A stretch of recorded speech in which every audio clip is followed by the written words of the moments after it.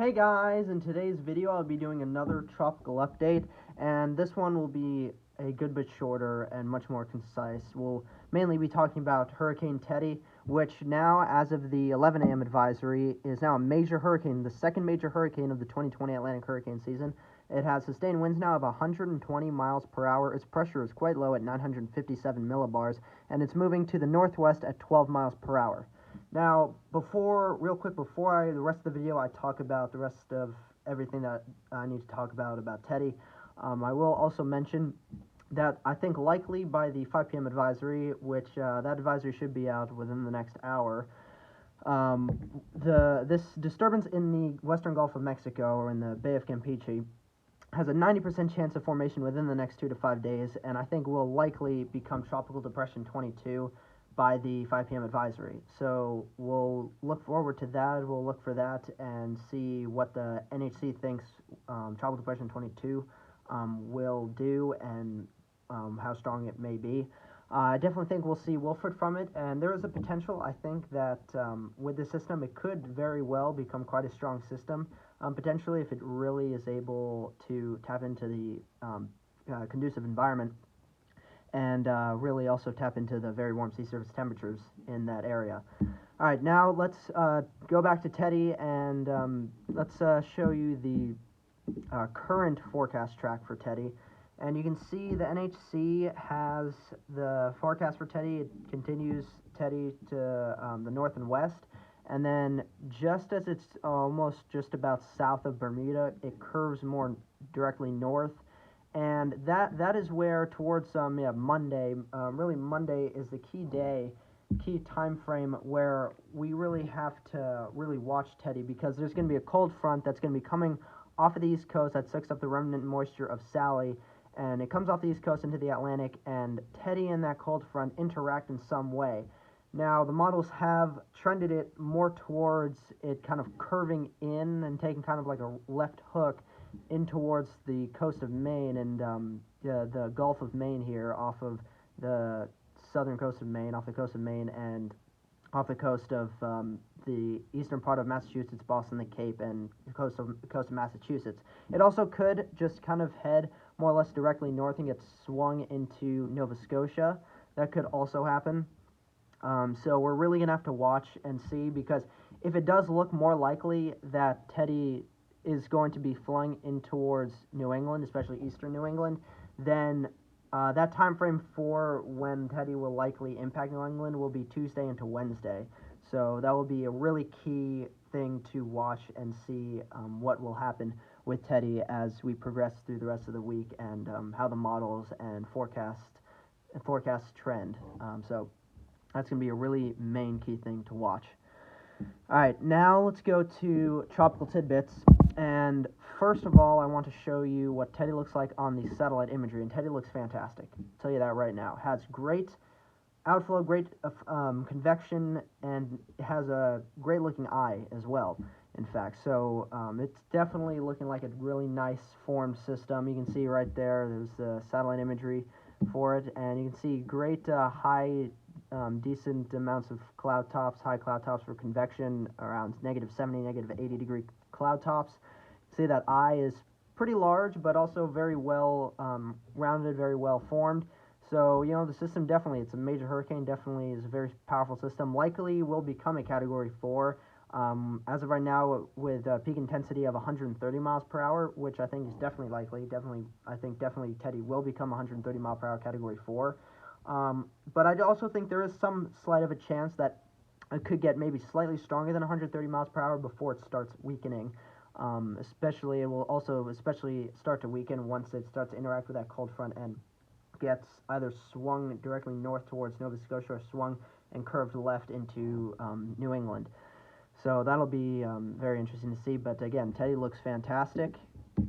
And here's the forecast model intensity guidance. Excuse me. This is the forecast model intensity guidance for Teddy, and you can see currently it's at a strong category 3, and pretty much most models take it into strengthen a little bit more towards a weekend Category 4 before it kind of starts to maintain itself for a little bit and then start to weaken as it starts to head more north towards New England, eastern New England, Nova Scotia area.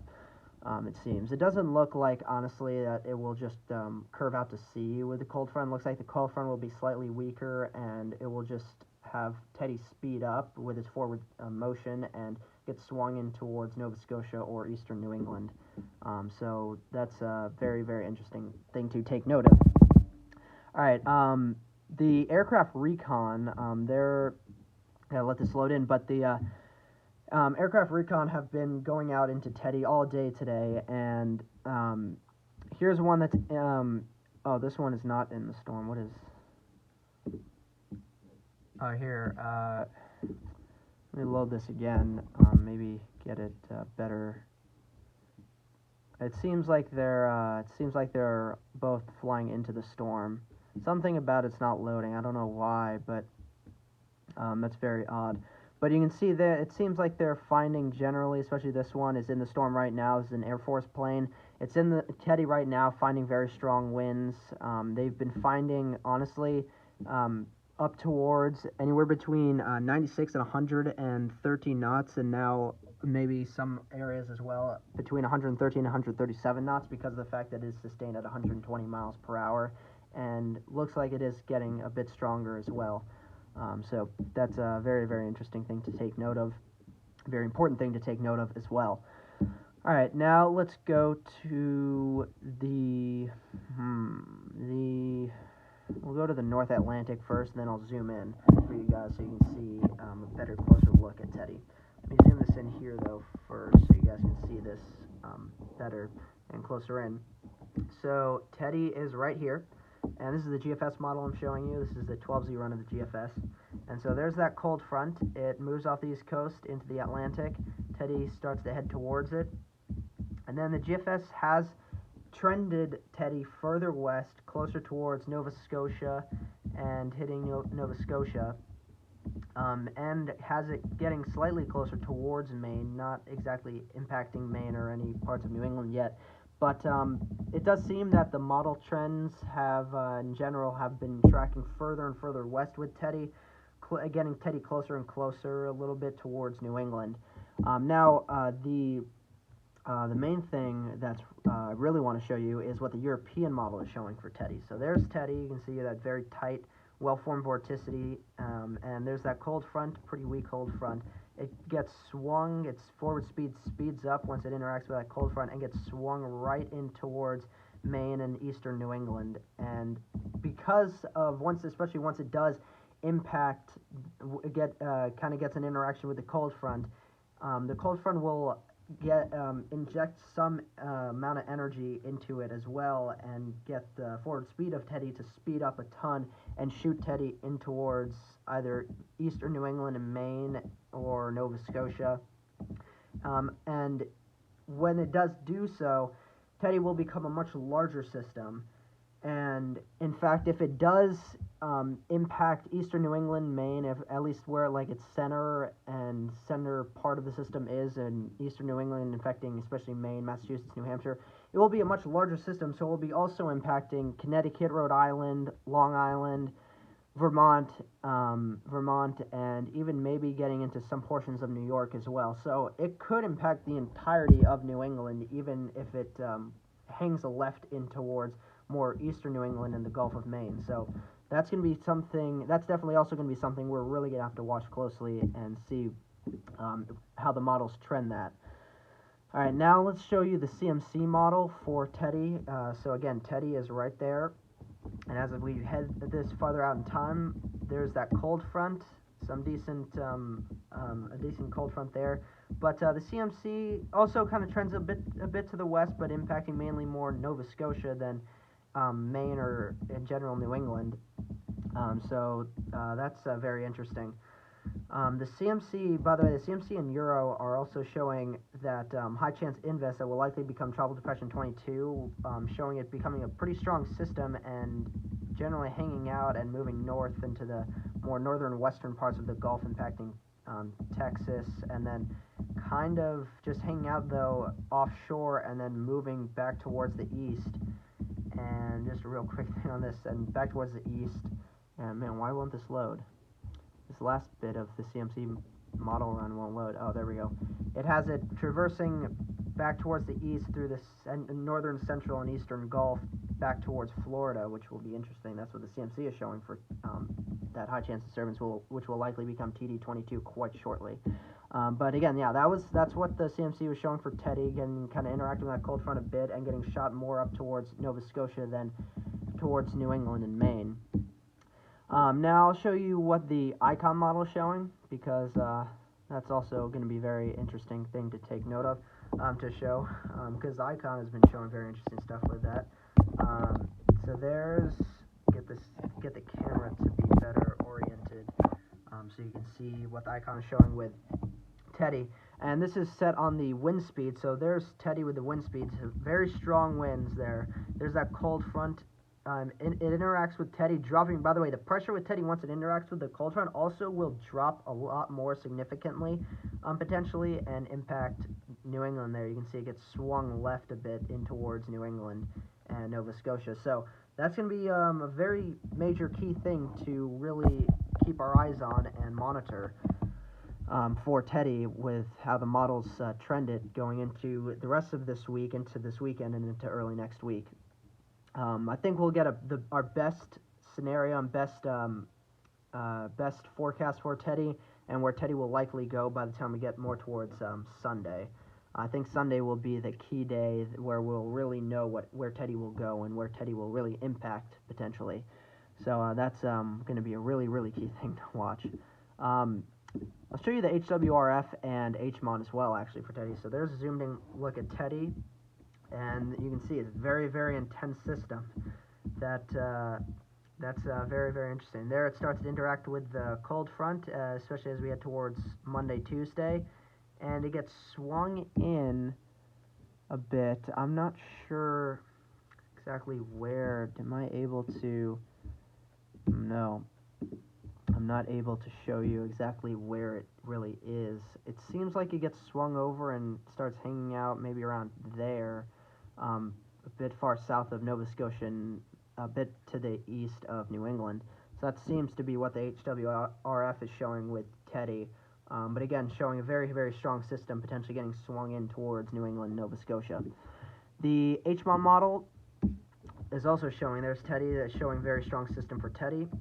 You can see the pressure there, 950s, in the 950s. Getting down to the low, into the 960s there, and then starts to interact with that cold front, and it's interesting. It gets much larger, as you can see, and starts to get a bit. It gets definitely much larger. You can see a very large system, and pressure is in the upper 950s. It seems mid to upper 950s. And it also seems like, just like what the HMONG was showing, somewhere a little far a bit to the south of Nova Scotia and a few hundred miles to the east of New England. So that's very, very interesting that both the HMONG and HWRF are also showing a very, very large and intense system, just like pretty much what the Euro CMC and GFS are all also showing. All right, now I'll show you the sea surface temperatures and how the Atlantic is doing with sea surface temperatures and ENSO as well.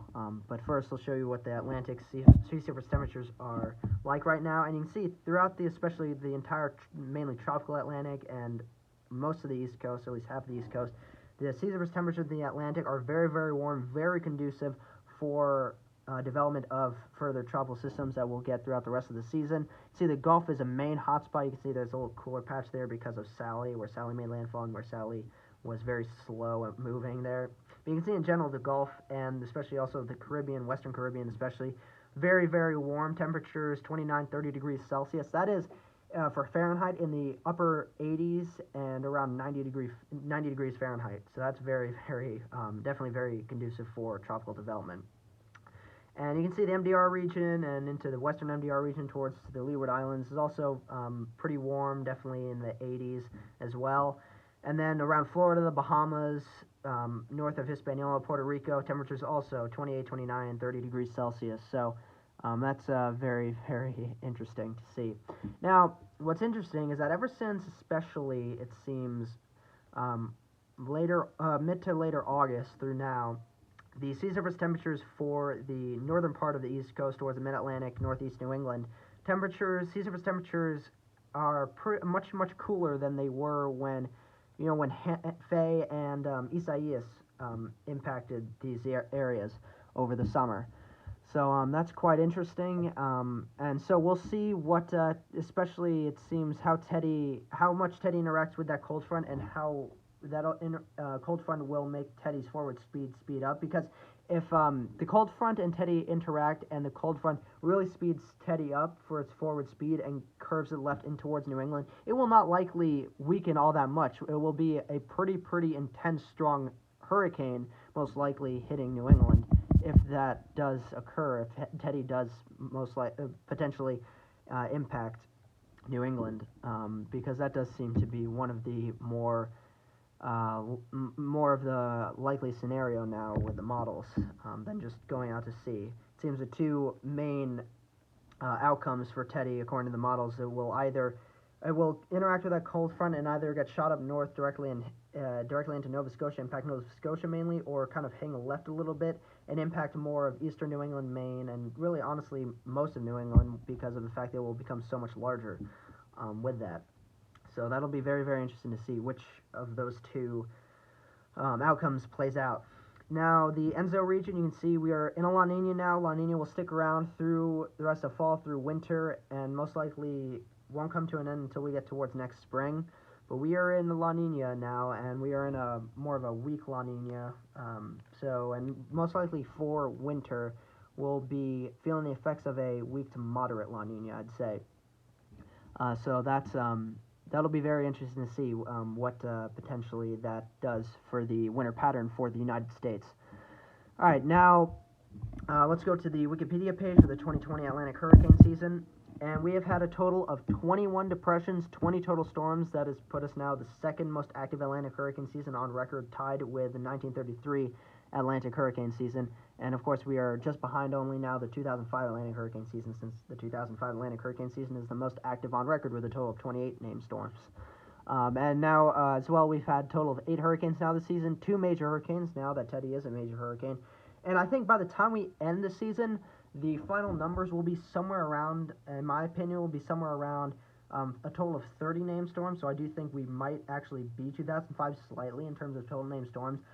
For hurricanes by the end of the season, I think we'll have somewhere around 10, 11 hurricanes, it seems. And major hurricanes, we're at 2. I think we'll only get maybe 2, maybe 3 more major hurricanes through the rest of the season. But honestly, I wouldn't be surprised if we just end having only 3 or 4 major hurricanes this season.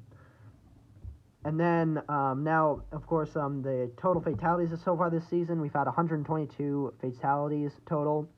Total damage now is around $17.235 billion in damage. So it's been a kind of pretty damaging season. Not anything extraordinary like of course, like 2005's total damage in the end, or 2017 especially is total damage in the end, of course. But you can see we've had now 8 hurricanes. The amount of activity, of course, has really ramped up, especially as we got towards the middle of the end of August through now.